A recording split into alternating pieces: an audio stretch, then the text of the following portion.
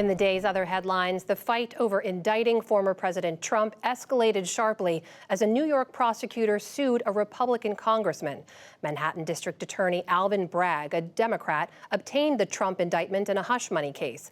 His federal lawsuit today names Representative Jim Jordan, who chairs the House Judiciary Committee and is now investigating Bragg's investigation.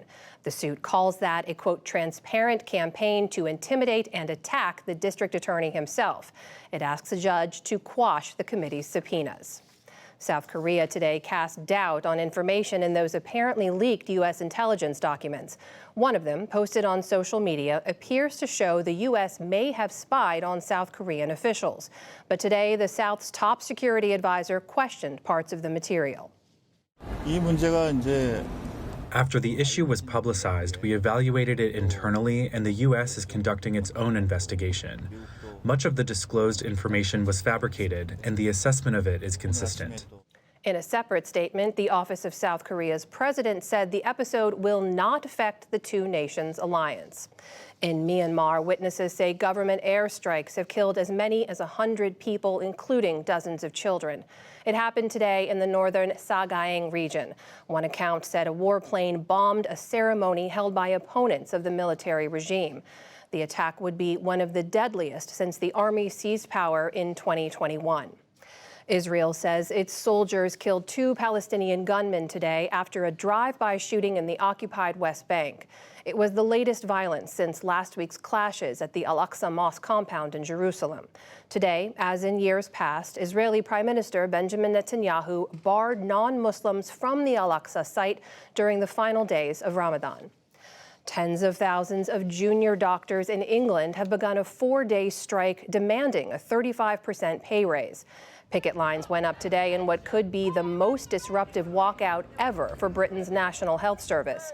The junior-level physicians make up nearly half of all NHS doctors. Junior doctors over the last 15 years have lost 26.1% of their pay due to inflation, and all we're asking for is for that pay to be restored, because no junior doctor today is worth less than a junior doctor in 2008. Officials said up to 350,000 operations and appointments may be canceled due to the strike. President Biden has arrived in Northern Ireland to mark 25 years since the Good Friday Agreement that largely ended decades of sectarian violence. The president landed in Belfast this evening amid a political crisis that has jeopardized the peace agreement. He travels to the Republic of Ireland tomorrow.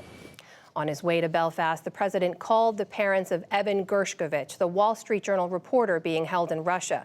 He's accused of espionage, but his family said Mr. Biden assured them he's doing everything possible to get Gershkovich released. The International Monetary Fund has downgraded its outlook for global growth this year. Today's assessment cited concerns about inflation and interest rates.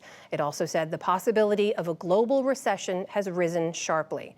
But U.S. Treasury Secretary Janet Yellen offered an upbeat take on the national economy in an online news conference. I believe our banking system remains strong and resilient. It has solid capital and liquidity, and the U.S. economy is obviously performing exceptionally well.